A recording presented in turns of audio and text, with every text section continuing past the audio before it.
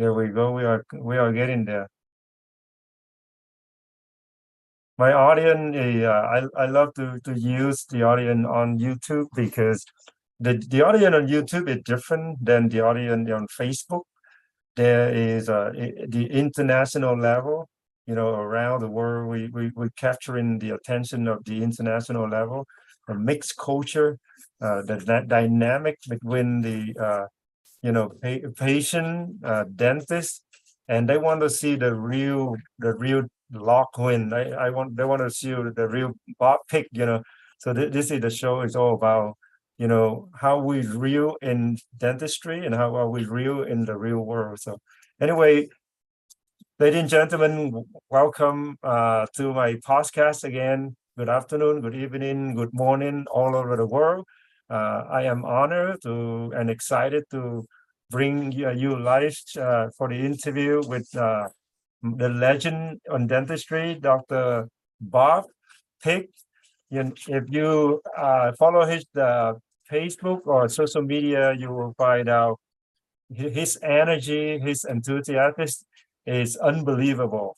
He's been doing this dentistry 4 decades and still excited every single day, still enjoy everything that he does. And the most important thing is he loves to share the passion of dentistry to everybody, patient, his consultant client, the dentist on Facebook. He just love it. So I really want to jump right in and just say, Bob, thank you for being on this podcast. It's an honor. And I know there's so many things on your list of many pages of your record accomplished throughout the years of 40 years. You've been on every show in dentistry, every show in social medias, from Wall Street Journal, New York Live, any podcast you can think of. My question to you is, which podcast that you haven't done, rather than which podcast you done. People, I'll list everything. I have everything, but it's just what an honor, Bob. Thank you for coming. You're welcome. I'm actually in the 21st century. Bob is actually out somewhere. I'm his AI copy. So no, just kidding. One of these days, artificial intelligence will do something this cuckoo.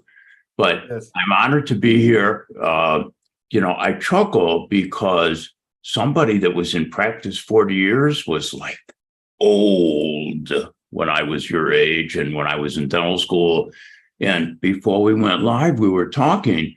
After dental school, I did a double residency at Perio Oral Path, my master's in Oral Path. So it took me 3 years. I was talking to a classmate of mine the other day who's been in practice 43 years, has no thoughts of retiring yet because he loves it too much. And so it's really freaky. When you called me a legend, part of me goes, who's that? That's dudes with reading glasses and gray hair. That can't be me. And I still think of myself as, when I first got going, you asked about shows I haven't been on and stuff. I had a really whacked out mustache, long black hair, typical baby boomer. And of all funny things, I've also now become a senior spokesperson for the American Dental Association. And that was somebody with old hair, gray hair, and reading glasses. Never been on our CBS channel here in Chicago. I've been on everything else. And probably the funniest place I've ever been is the National Enquirer, which is, a magazine for people that are a little bit strange or unusual. And I ended up there just due to a story. They were interviewing me about lasers, and I ended up on a page right below Oprah Winfrey, which was really funny. And so you never know where time takes you in any way, shape, or form. And I'm just honored, very, very honored to be here. Yes, it's my honor and privilege to be able to connect with you on Facebook and also now on my channel, because I know that a lot of my audience, those are in first couple of years of dentistry, first come out, or some dental student follow me on my YouTube and Facebook group. But some of them been practicing about 10, 15, 20 years. Some of them just keep saying, I'm retired, but I cannot retire. I'm burnout.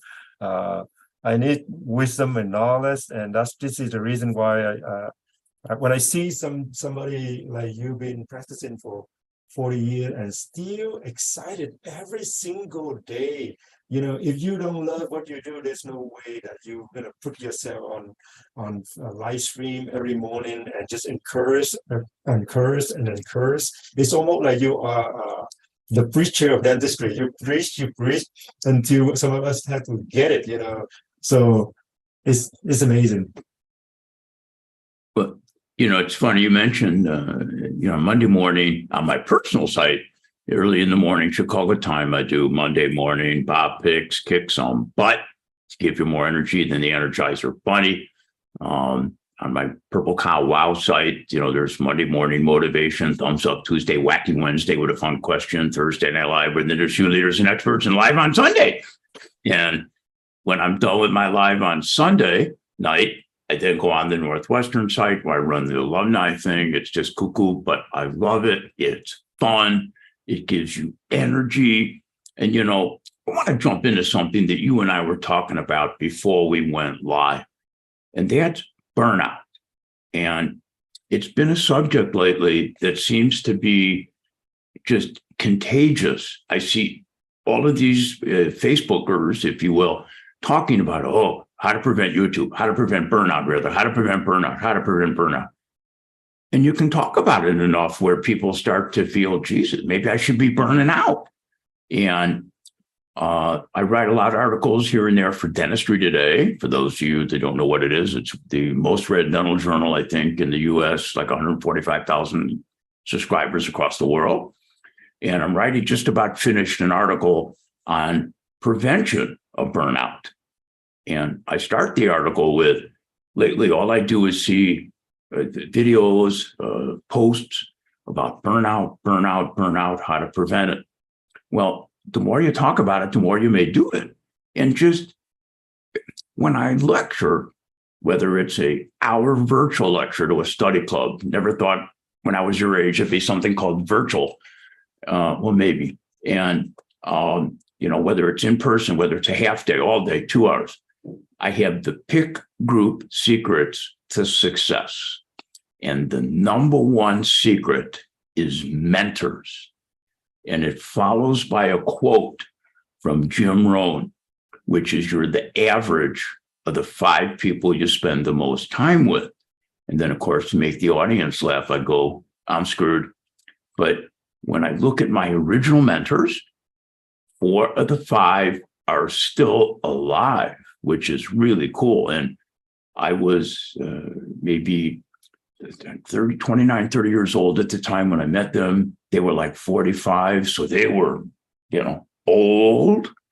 And Ron Goldstein, Dave Garber, Gordy Christensen, Denny Tarnow, and Pete Dawson, may he rest in peace, took me under the wing. And, every human is different, but I noticed they always were happy. They had fun. And I wanted to watch what they did to have fun. And I've always, I think, had fun. I'm ADHD. My buddy Ed Zuckerberg goes, Bob is not ADHD. He's ADHD, ADD. And I saw you interviewed Ed. Yes. And, oh God, can I tell Ed stories? I've known Ed forever. And, but, you either make a decision that you're going to have burnout or not have burnout. And it's that easily. And when I got going in dentistry, and if I start talking too long, just let me know. I love what I do. I love helping others.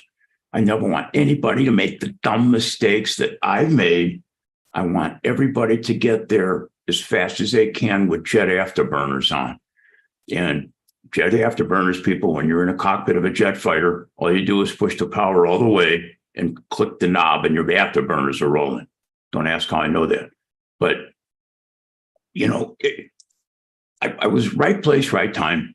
I was 2 months out of my residency I was teaching a day a week. I had the perio residents with me. We were waiting to do this operating room case, and dentistry, ENT, and general surgery all share the same operating rooms in Northwestern. And, I thought it was really cool. We're going to do this operating room case. And I walk in, and ENT guy was behind, and I'm like, Bernie, are you ever going to get done? Shut up, Pick, I'm almost done. And I noticed on the right corner of the operating suite was a machine I'd never seen before there. I go, what is that? He goes, I don't know. We just got it. We just got it like 2 days ago. It's a carbon dioxide laser. We're going to be trained in it next week. You're going to get a letter on it. He goes, but I watched him turn it on the other day. He goes, watch this. So he turns it on, has the nurse move it over. He was doing a tonsil repair, and he fires it up and down the tonsil. And I noticed that there was no blood. It vaporized the unusual tonsillar tissue out. Today, he and I would be expelled from hospital staff because when a patient is intubated, you have to have the intubation tube lined with a foil. So if the laser hits it, it bounces off. Had he hit that intubation tube, there would have been an explosion in the operating room. Wow. But a week later, I came down to his office, and Bernie was he was a DDS MD, boarded in oral surgery and ENT. And I said, my brain can't stop watching that thing. We should do a laser frenectomy with that. It vaporized the freedom out. And he goes, I don't know, just do it. So I filled out this form. It was like 2 sentences. With one of the residents, we grabbed 12 patients that needed a maxillary midline frenectomy from ortho. And we did, in 2 days, we did 12 laser frenectomies. We had no idea what we were doing. No one ever done one before in the world. Afraid this never comes out arrogant. I was the first person in the world to ever use a laser in the mouth. Co-wrote the first textbook in '86. And that night, we kept calling the patients to make sure they were doing okay, because it left this really funny, what looked like a burn. And everybody said, no, we have no pain. We couldn't believe it. And, it turns out advantages of the laser when used correctly: no bleeding, no swelling, no scarring, see-as-you-go technology, reduction of surgical time, no sutures, almost absence of pain, unbelievable. And that moment in time put me on an international lecture circuit as a young punk clinician and put me face to face with all of the leaders. They took me under the wing and mentored me, but I also was not objectionable to having mentors, which can be huge. And it taught me so much. You have no idea. And so people, if you have an idea, run with it, because you never know where it's going to take you. But I left lasers in 1998 for many, many reasons. I used them every day, but ethics took me out of lasers into eventually perio-restorative, and eventually all I do today, management. And my friends Linda Miles and Roger Levin told me 25 years ago I'd end up in management, and I told them they were cuckoo. So sorry, I've been going for a long time here. Holy moly. Wonderful, Bob. So you are still practicing dentistry, correct? Yes. Yes. I've been practice 4 days a week. My practice limited periodontist implants. We work Monday to Wednesday. Thursday, we finish at 3. Fee for service from day one. I don't want to be involved with insurance. I want to do what I want to do and do it right. And, people, that's another thing. You got to know your brand. And in business, it's called USP, unique selling proposition. What do you and your team do better than anybody else? And most dentists, or as Paul Goodman would say, dentistry humans, have never taken the time to sit down with their team and figure out what you do better than anybody else. Because once you do that, you basically have figured out your why, which made Simon Sinek a multimillionaire. And when that happens, and there's nothing wrong with insurance. On my Purple Cow Wow thing, 2 weeks ago, I interviewed Travis Campbell, who's known as the insurance guy. And we're on 180 degrees apart, but a wonderful conversation. But figure out what you do better than anybody else, man. And I figured it out a long time ago, but mentors helped me do it. Period. Mentors, people. Huge.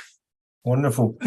Yesterday, I were talking to one of my mentee, that one of the dentist friend who graduated about maybe 7 years ago, and I call him almost like every single couple of weeks. I talk to him, but in the past like 2 months, couldn't reach him.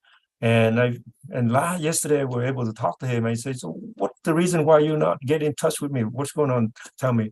He says, "It's all bad luck, man. It's all bad luck." I say, "What do you mean bad luck?" Uh, um, well, I have staff issue. They left me. I hired another one that left me, and now I'm getting to do the defending move where if they don't do anything good, I really get angry, and it's become like a battle between me and my staff. I say, no, like you can't do that. You can't do that. You have to love your staff. You cannot just create you have to create the environment where everybody is a team. It's not you. It's not about them. It's about a team. It's like a sport team. You want to score, you got to be together to score. And so would you talk to him a little bit more about you mentioned in some of your talk before that you said you love your group, you love your team, and that's come from your heart. So would you share with them about those passion? Why you have to love your team, Doc? You said a word that is very important to me, and it's called team. Together, everyone achieves more. And however, I coach. I have coaching clients. I have a mastermind, and I have a brand new coaching client that I was on with today. And right off the bat, about 4 times, she mentioned the word staff. And I burst out, I laughed kind of, and I'm like, time out. I go, going forward, they are now your team. I said, staff, even though it's spelled STAFF, is an infection. Staff. Don't call them staff. I hate that. Team, team, team.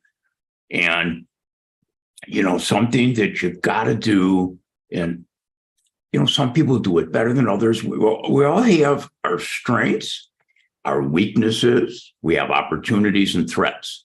In business people, it's called the SWOT. SWOT. Something you got to do biannually. But you got to have the right team. And I see so many dentists hiring wrong people. They hire too fast and fire too slow, as Gordy Christensen says. And I agree. And yes, we seem to be having this, lack of team members, can't find anybody. To me is like, I don't 100% agree with that, because if you begin right from day one, I personally, and I pray this doesn't come out arrogant, I have never, ever had to put an ad in anywhere to get a new team member. Not too long ago, we had a hygienist that got married. She was divorced. Her husband opened up a business and moved to Colorado. And one of my new rules is, if you're not married, you can't get married unless the person lives in Chicago and plans to stay here. So we're like, oh my God, Wendy, you can't leave. And, our hygienist booked out, thank God. And so we simply go, we need somebody. Our team, the 2 hygienists, put out a feeler, if you will. I've also run a dental hygiene study club for 31 years. We put out an email. Within 2 days, we had 6 people interested in the position. And in 3 days, we knew who we wanted, and boom, she's part of our team. If you treat people well, it's going to happen. But, that's another thing. We all have different personalities. And I happen to be a little bit expressive. And if you feel you're not a good team leader, and not everybody's a leader, the military shows that a very small percentage ever make it past the rank of colonel or captain in the Navy. Hire a great coach if you're not a leader. That coach can show you what to do. And I have a coach at this age, a business coach, and who helps me. Michael Jordan had a coach all the way through, and he still does. So there's nothing wrong with getting help.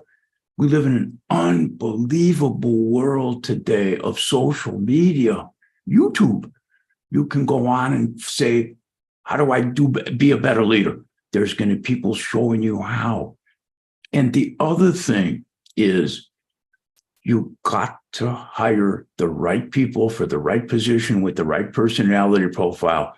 And something I published on maybe, 5 years ago, it's chapter 12 in my upcoming book. It's called the HQ factor, hospitality quotient. Every one of your team members, whether they're at the front desk, whether they're hygienists, whether they're assistant, PRCSMC, most people don't know what a PRCSMC is, possibly the most important position in your office today, but they need to feel, watch my lips, people, they need to make every patient feel special. From the second they'll call the phone, walk in the office, sit in the door. Nobody likes coming to the dentist, including me.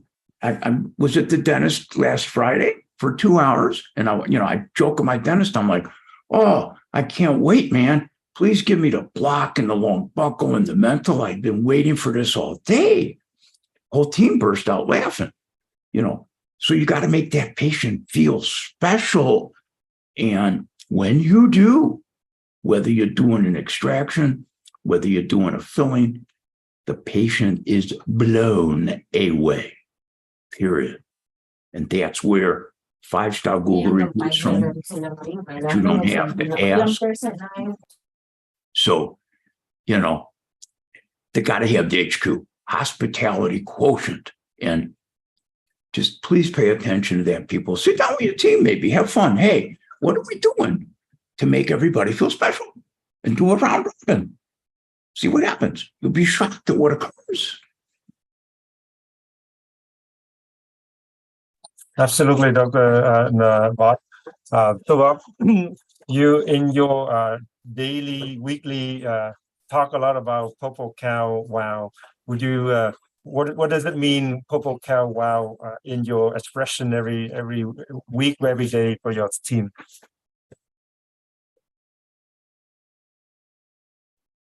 You always got to have a purple cow, and you always got to kick some butt. And I never thought in 27.5 million years I'd be known as the purple cow wow guy. Oh my God. One of my patients brought this in the other day. She goes, "I know you're the purple cow wow guy, so I had to buy this." But again, that's part of branding. And you never know where time takes you. I should have grabbed it. There's a little book, about 80 pages, by Seth Godin, a New York Times bestseller, maybe 12, 14 years ago, called Purple Cow. And the moral of the story is, I love Seth. They could have written the book in one page, but the moral of the story is, but it's a New York Times bestseller, so a lot of money, people.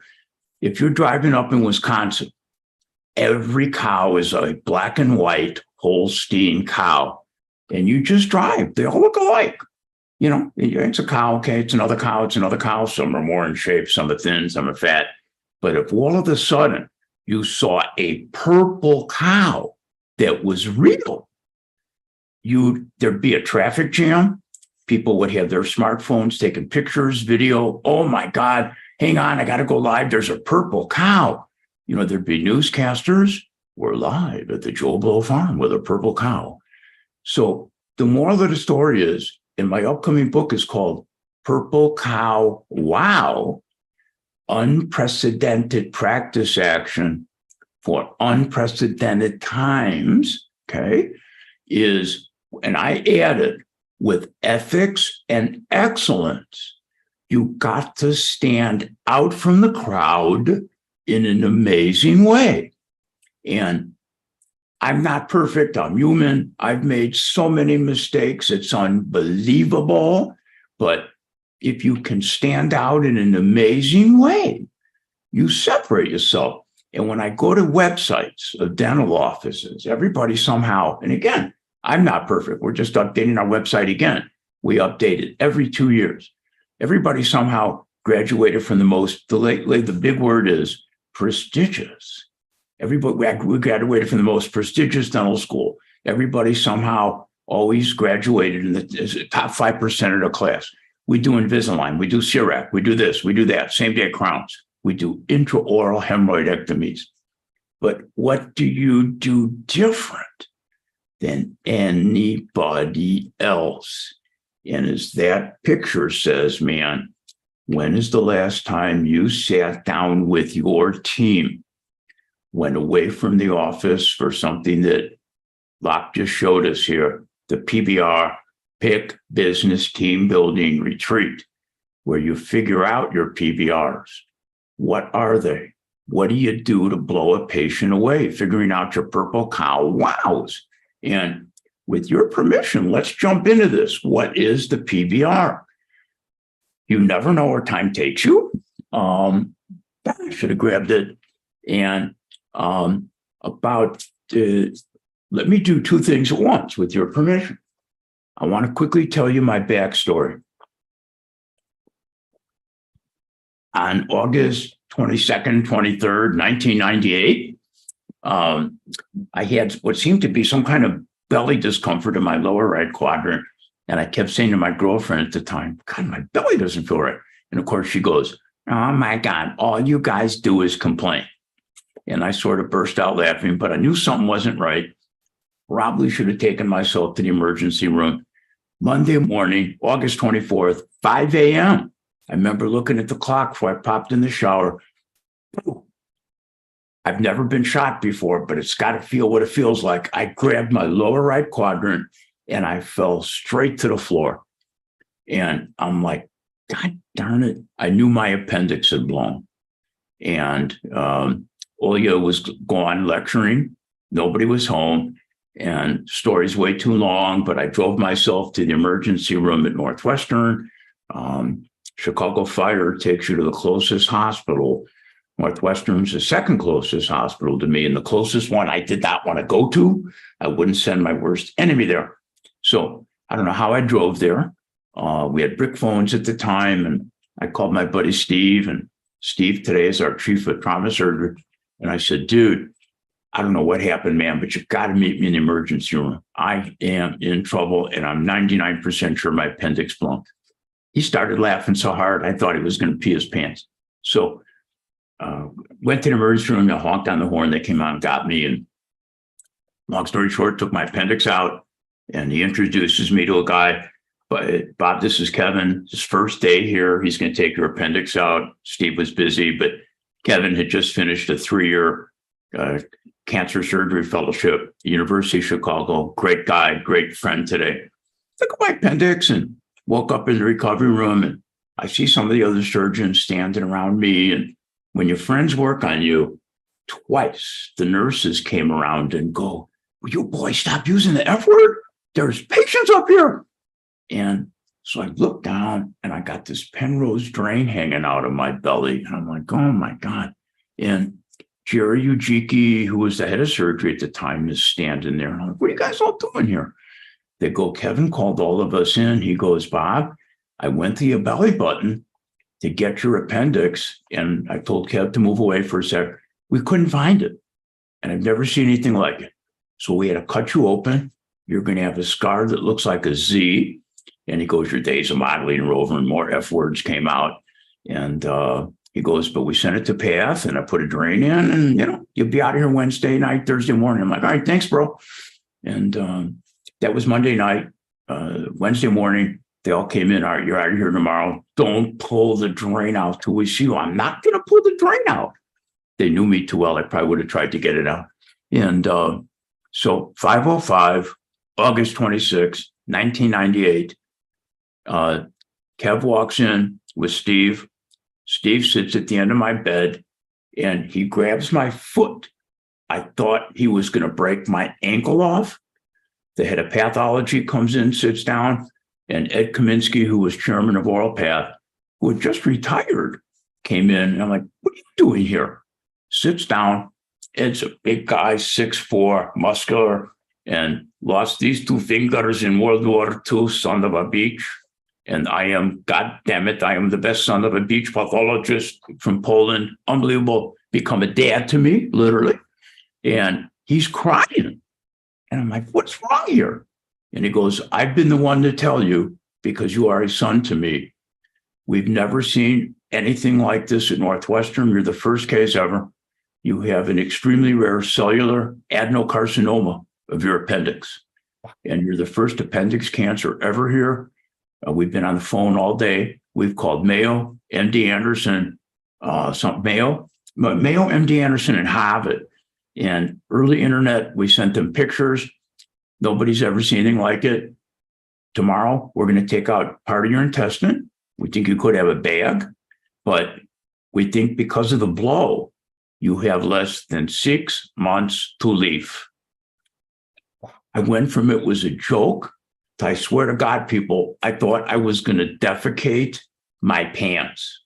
And, going through oral path, you learn about path. There are certain cancers that aren't, you can treat them, they're gone in 2 seconds. Basal cell is easy, but certain cancers are more boom, breast cancer, can't imagine. And 6 months to live. I was scared shitless. I just swore. And the next morning, and I almost wanted to leave. Kev took part of my intestine out. When I woke up, first thing I said is, do I have a bag? He's like, no bag, man, no way. Didn't do it. Don't have to have it. Thank God. A week later, Ed and I went to Al Benson's office. Al today is a world-renowned GI specialist for cancer. And I said, Al, I remember you when I did my residency. You're about the smartest person I know. By the way, Al has no personality. When he talks to you, he looks up at the ceiling. He's got a beard down to here. Well, Bob, and I go, Al, I'm down here, dude. So he said to Ed and I've done some research. If you sign off on 41 side effects, I'm going to put you through 14 months of experimental stuff, never done on a human before. I signed faster than he could hand me the sheet. I said, I'm 43 years old. I'm not ready to go. And every Friday, people, for 14 months, for 2 hours, chemo dripping in me, every Friday for 14 months in the middle, 90 days of radiation, each 30 days, a different bead, never tried on a human before. And during those 90 days, in addition, every Friday, I had a chemo pump. They put a portacath in and it pumped in 24/7 in addition to the other stuff. And when I tease people, there's my port scar. And I never lost the hair on my head. We don't know why. It was supposed to fall off after round 1. My hair, hope you all have a good sense of humor. My hair fell off everywhere else. And all you would go, oh my God, you look like a 12-year-old. And I lost a lot of weight, but was back at work a week later, never missed a day of work. And I did so well out of the gate. We never thought that anything would get me. I signed off on 41 side effects. And we published a bunch of articles. We know today it only takes 3 months to save people. But about 12 years ago, I was walking across the street to a meeting with some buddies and I tripped and fell. And they're like, ha ha, Pick's getting older. And I didn't even pay attention. I thought I'd hit something on the street. 2 weeks later, I fell again. And a week later, I was going to lecture somewhere in Hawaii, and I got off the plane, and I'm usually the first one that a baggage claim. Nobody could walk faster than me. I knew I was walking, but not at the speed I should be. And I tried to run, and I realized I couldn't run. And when I got back, I don't know how I gave the lecture. I was a little bit nervous. I saw one of the neurologists at Northwestern, and he's looking at me, he's examining me. He's like, there's nothing wrong with you. He goes, wait a minute. You went through radiation. We pulled up the list, side effect 7, where the radiation was at the level of the appendix, L5S1. They were worried I could get a weakness on the right side, and that's exactly what happened. Thank God in the last few years, it hasn't changed. I walk with a limp. It drives me crazy. If they have a cane, that's for like old people, but I'm here to tell you about it. And 7 years ago, 2 weeks before a sold-out ballroom at Chicago Dental Society midwinter meeting, side effect 40 or 41 got me. They were worried that the chemo could cause my cilia to collapse, either in my lungs or my ears. I went to bed and I said to Carmen, I said to her, something doesn't feel right. I almost got the same thing. Oh my God, all you guys do is complain. I woke up 100% deaf, 100% deaf. Wow. Freaked out, called up my buddies. They put a cochlear implant in so I can hear. My buddy Nathan Ho calls it my hearing aid the size of West Texas. And you got to have fun with it. You're supposed to wait 8 weeks before you activate it. They activated it in like 8 days so I could lecture and hear what I was saying. Still had stitches in my head. It's still the biggest pain in the butt because every once in a while I'll miss a word. I'm like, what? I'll have one of my EAs comes with me. But in that middle of every difficulty lied opportunity. I came after a couple of rounds of chemo. I'm like, all right, there's some things in my life that just aren't right. We're going to change them. And I think had I not gotten sick, I never would have changed them. Within 3 weeks, I bought up my practice partner. Great guy, great human, just not meant to be. I just got tired of hearing that this staff member is a moron. This one's an idiot. Bought him out, hired a coach, realized, and I was the one out there just, banging on doors and stuff, realized our overhead was insane out of control, over 70%. I wasn't even paying attention. And within 6 months, 7 months, we got it down to 51%. And really quick, people, I know I've been talking a long time. Early on in the laser game, GE wanted to get into the laser business along with some other companies. And I realized these Fortune 500 companies did something that every company should do. They did team building retreats, business retreats. They look at their systems, their protocol, their product, everything. And I said to Pam, my coach, I'm going to take your systems and elevate them. And I developed the PBR, going to grab something here, or the PIP business team building retreat. And it starts out as a 1-day retreat. When we coach others, it's a single day retreat away from the office. So there's no distractions, got to go away, whether it's 2 blocks away, a mile away, somewhere.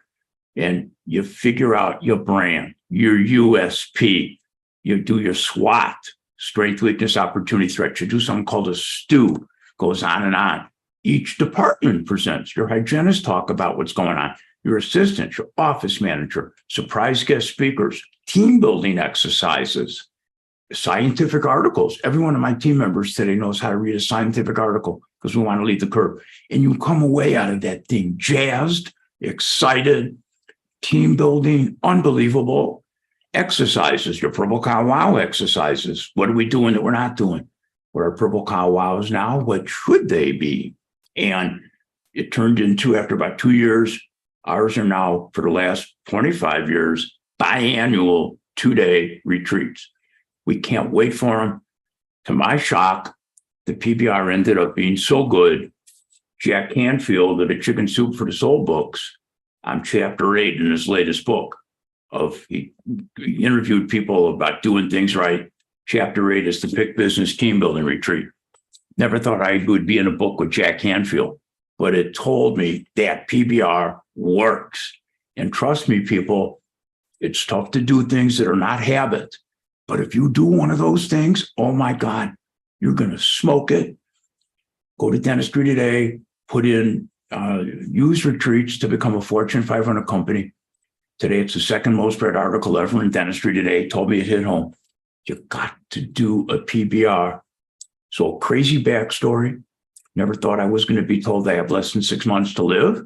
But that backstory created jet afterburners, period.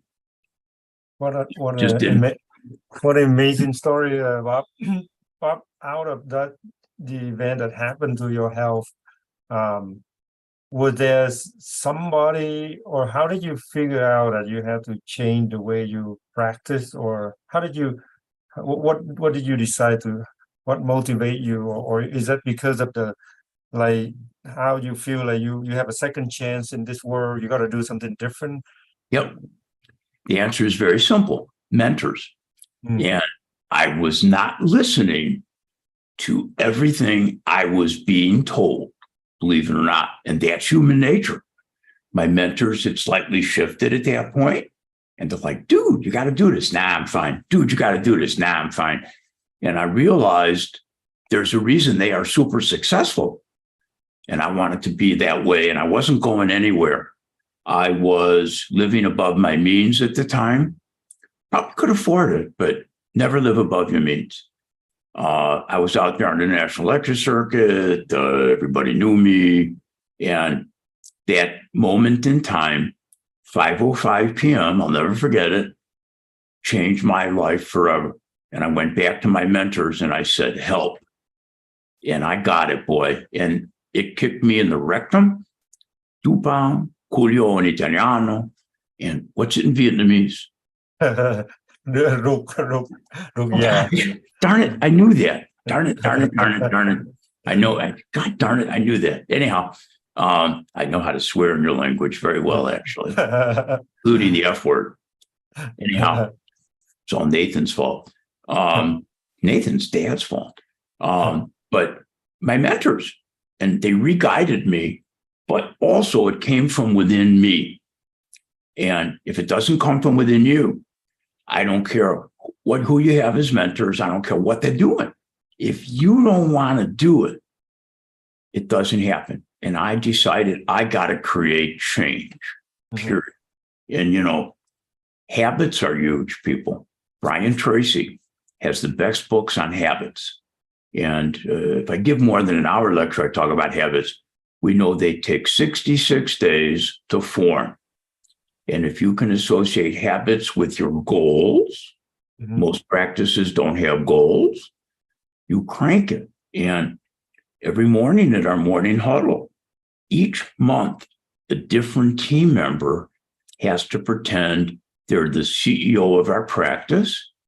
They read 5 goals, they read a motivational quote, and boom. And, this month Nina has it. And number 1 is make sure we deliver the most amazing 5-car promo wow customer service to our patients.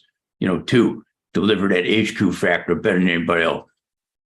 So it comes out of their brain because it's part of our culture.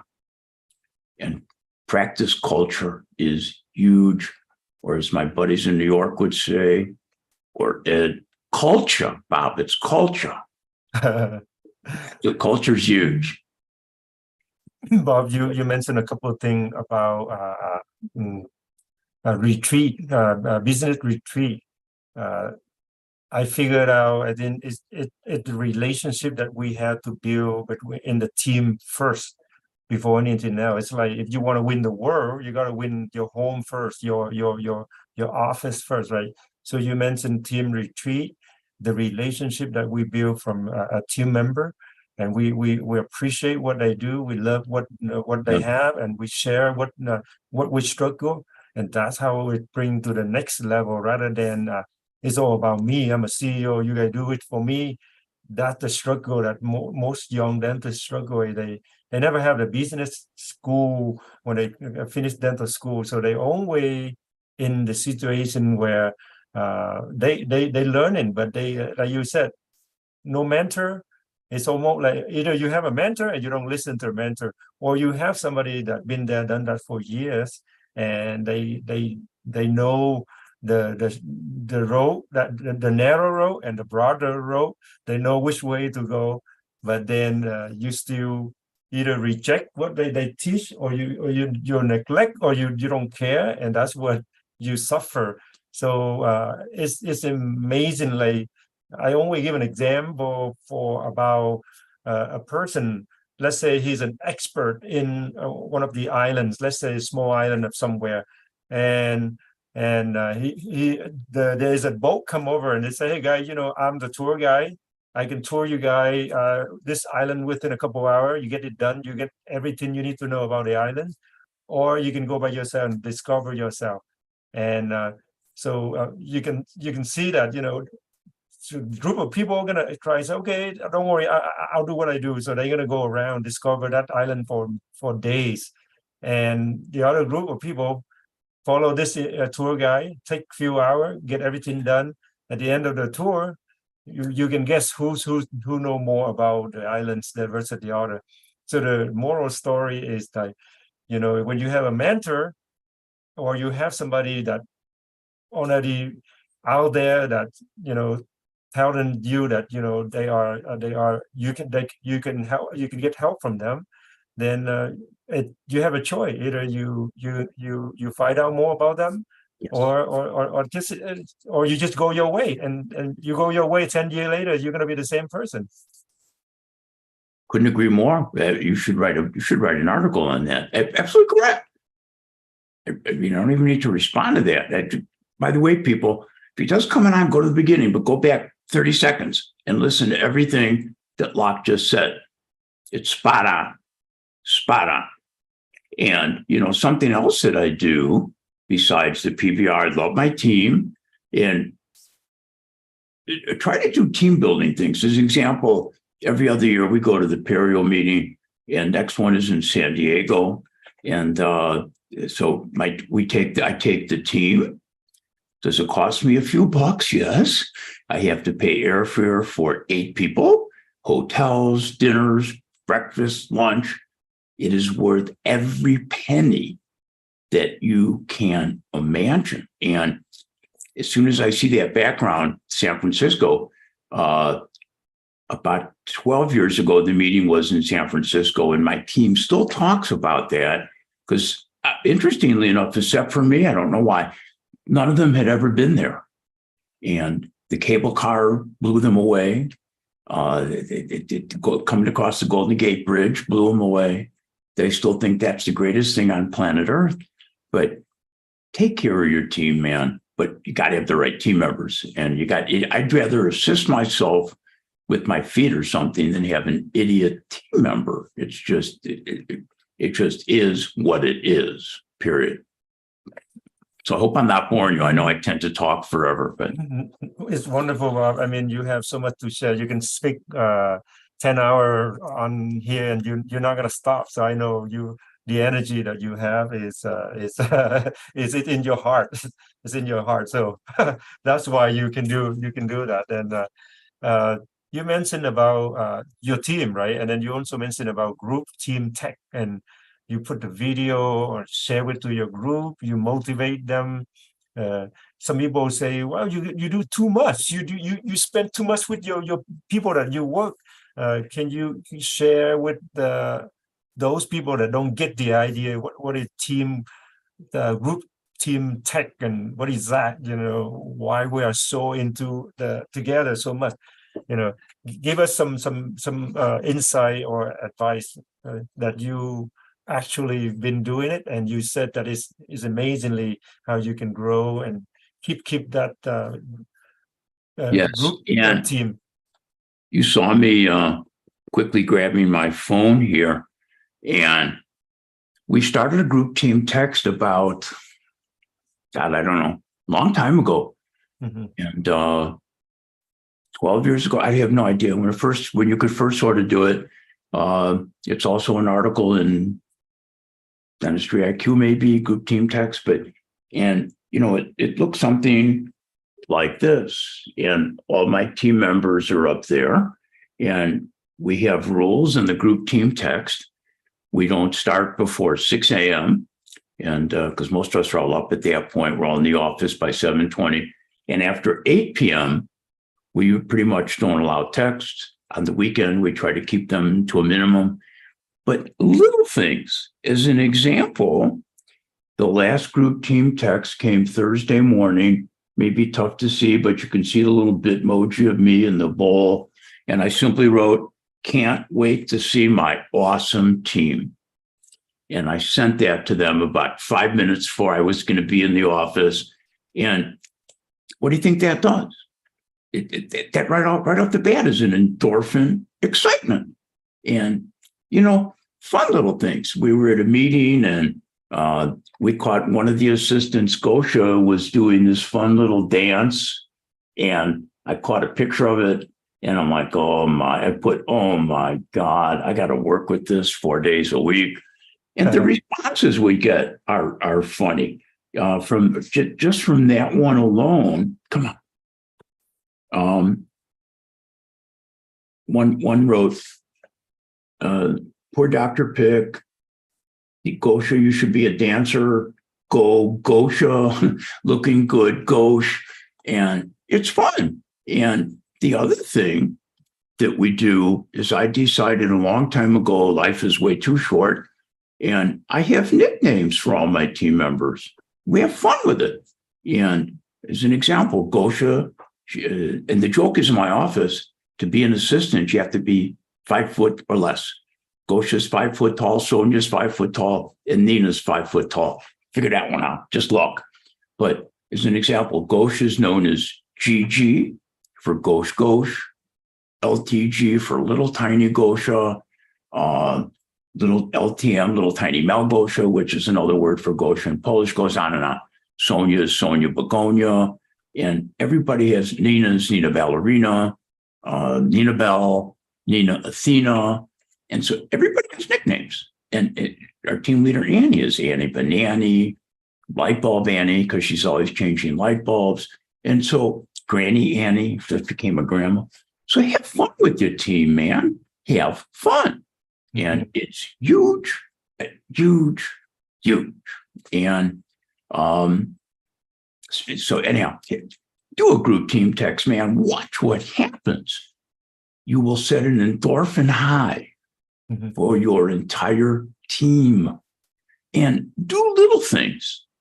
I'll be at the grocery store and I'll say, by the way, does anybody need anything tomorrow?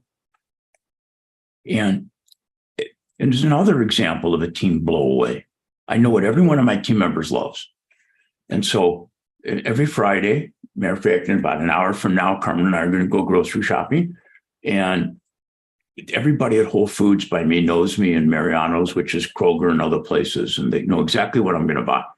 And it begins with, I buy 8 red grapefruits, organic.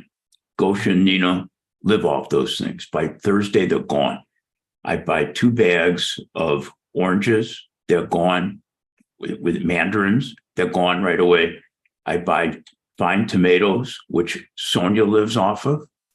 And it goes on. And I come in with 2 things of guac dip, hot dip, plain dip, and I set it out for everybody.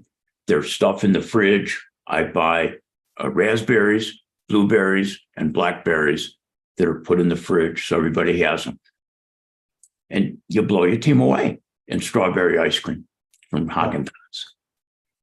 And it's little things like that, man. For the 30, 40 bucks it cost me at Whole Foods, big deal. Those team members really smoke it for me, man. Take care of your team, people. So what I see that is called, number one, appreciation, love, kindness, care, and that's what it is. Start with love.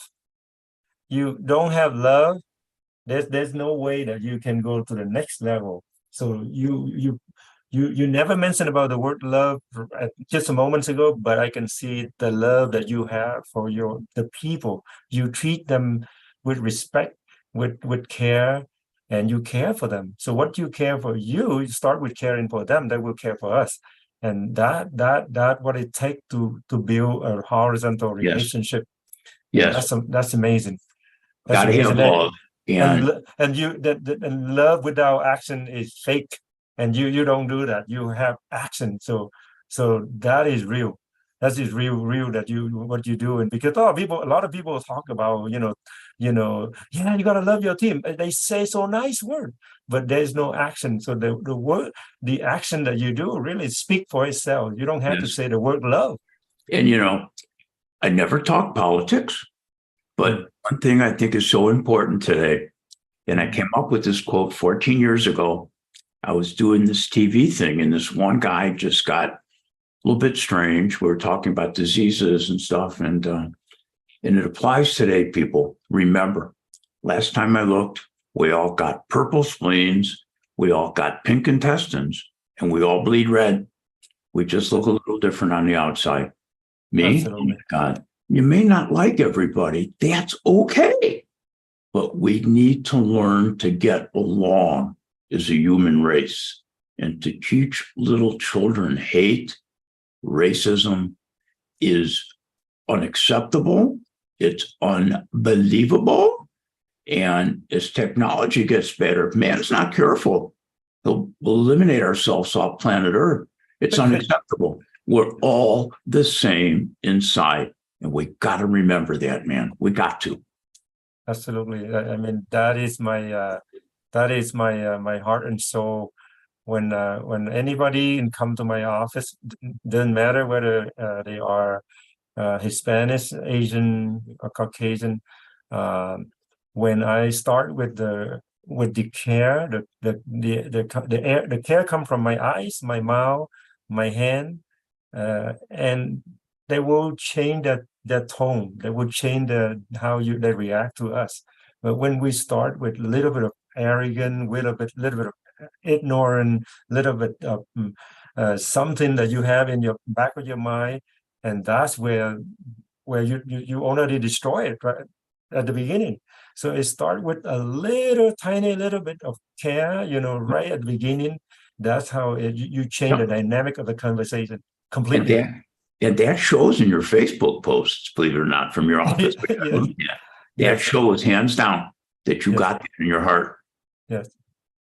Yeah. So yeah, you got to relate it. So with patient, we got to relate it with them. Same thing with the staff. So we've got to win the staff first, the team first, and then we all going to speak the same language.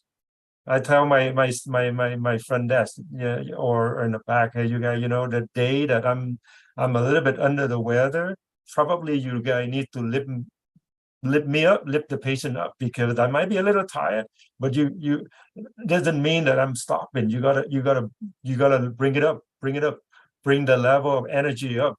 That's the only way. That's exactly just like you play sport. If you want I told my team, this is a game. This is a sport game. How I win the day is when I go home, you guys happy, I am happy, patient happy. Yes. And it's come all together. If let's say the patient happy and you guys not happy, I didn't win it. If you guys happy, I'm not happy, the patient happy, you guys may not win it.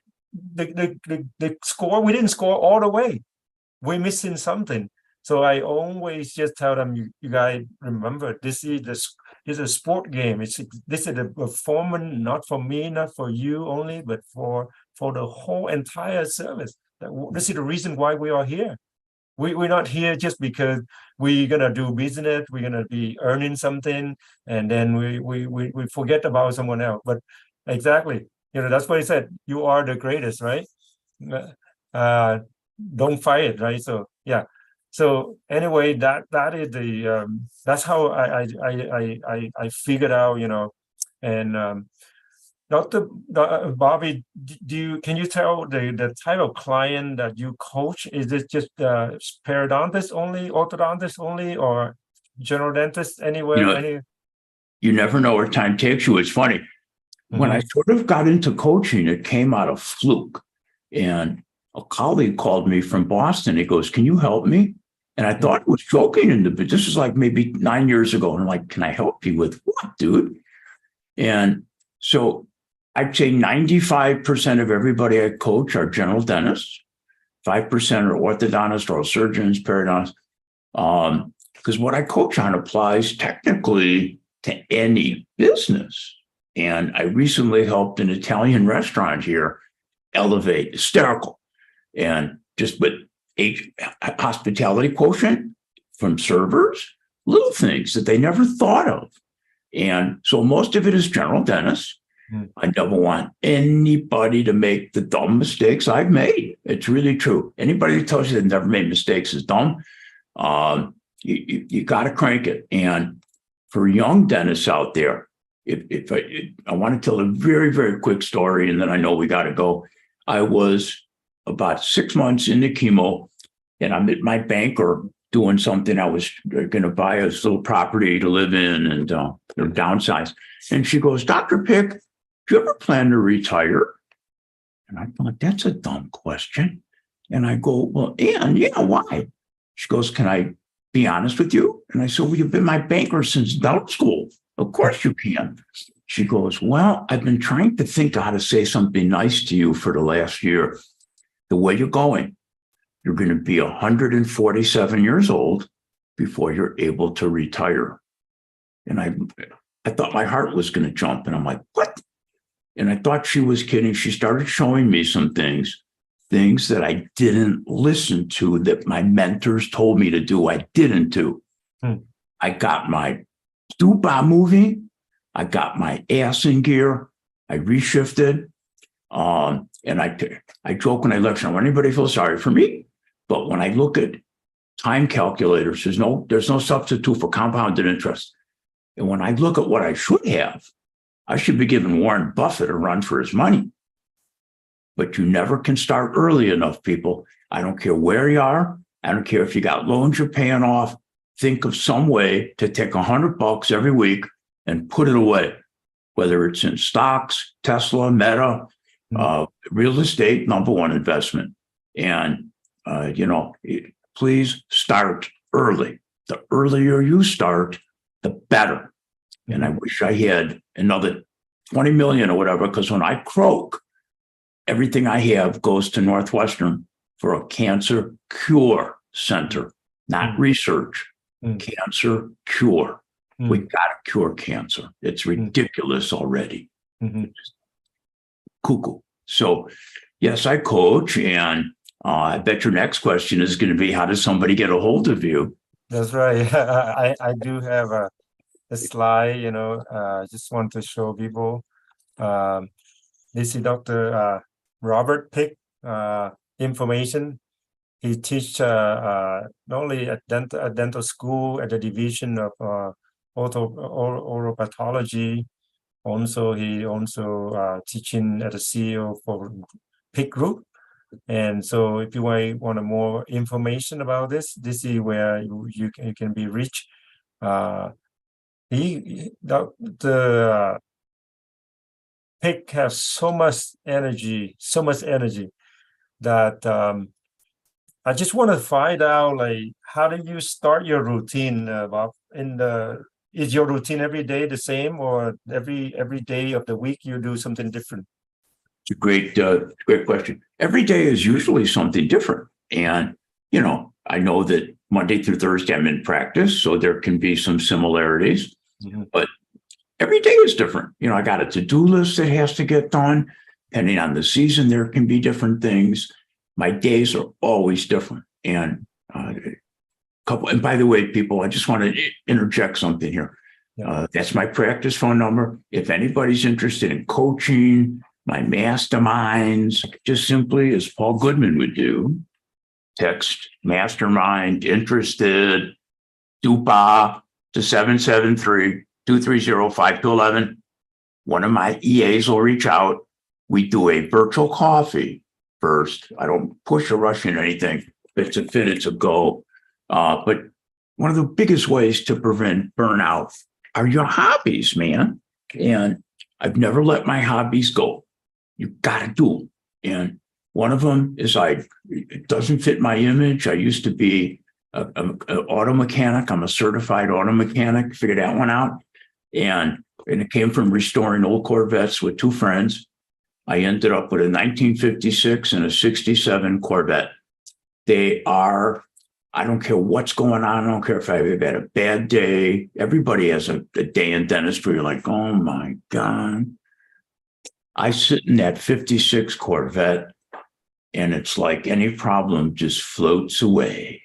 And away we go, top down. Oh my God. And I've been playing guitar since I'm 7 years old. If I took the green screen down, you'd see 40 million guitars. I love what I do. I jam. I keep a guitar in the office. My hygienist Vanessa the other day, I was playing before our morning huddle, and she comes in and she goes, "We're going live on my personal Facebook page." and I was playing an old Eric Clapton tune called Layla. That's an awesome. So you play guitar, electric guitar, or acoustic, or everything?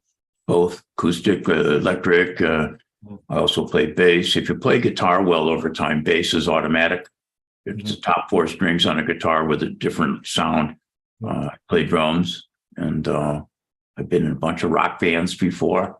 And but time sort of stops some of that. But just like we go again, same thing. I grab a guitar, and it's just on my Thursday Night Live with Industry Leader and Experts. Maybe 3 months ago, I interviewed David Maddow, the Maddow brothers. He's been playing guitar. We both burst out laughing because in his background, I dropped my green screen, and almost off to my right hand, his right hand, was the exact same Gibson acoustic guitar. Figured that one out. We burst out laughing, grabbed the guitars. It was too much fun. Way too much fun. So Awesome. I have had more fun with you. You have no idea.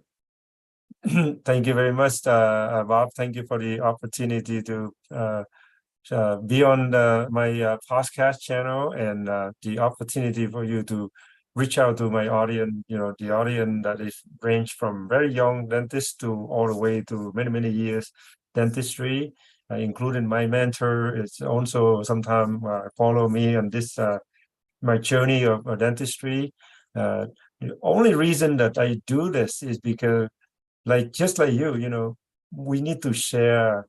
Sharing is loving, and that's how this world need. This world need a lot of love from each other, and it will change when you share. Your mind is different.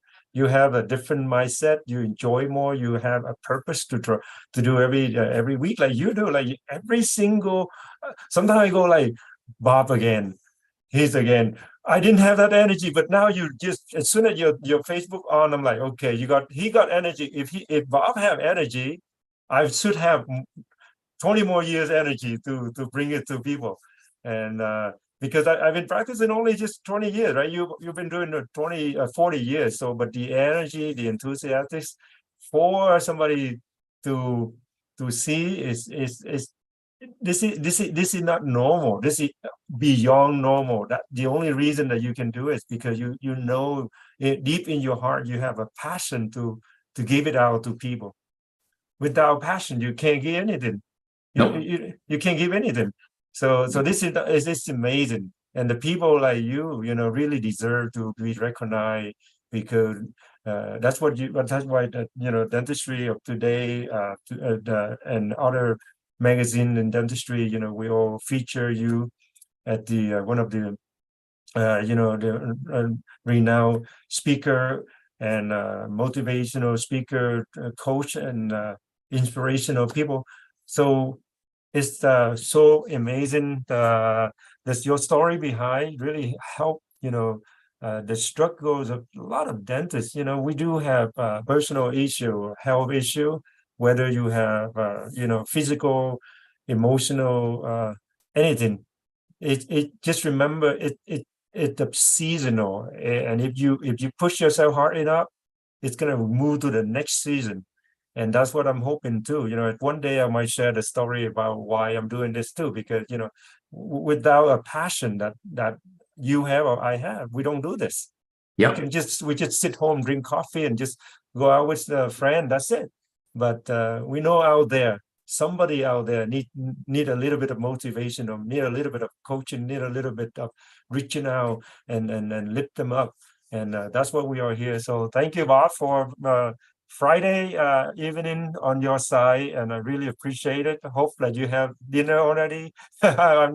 Okay. You have dinner yet, or? No, yeah, we're just going to go shopping in about a half hour. We usually eat dinner about 8 o'clock. Wonderful. Thank you for your time. Say hello to your significant partner, your wife, or thank you very much. He went into the bathroom, I think. Yeah, Carmen, she's much better looking than me. Awesome. Yeah, can't wait to meet you in person. Oh my God, too much fun. We'll talk soon. Take care, Bob. I'll put this slide for those of you people who want to reach out to you again here, just really quick. Thank you again, Bob. And remember, people, make every day your masterpiece. And when you walk through that door, it's showtime. Amen. Thank you, Bob. Have a good one. Ciao.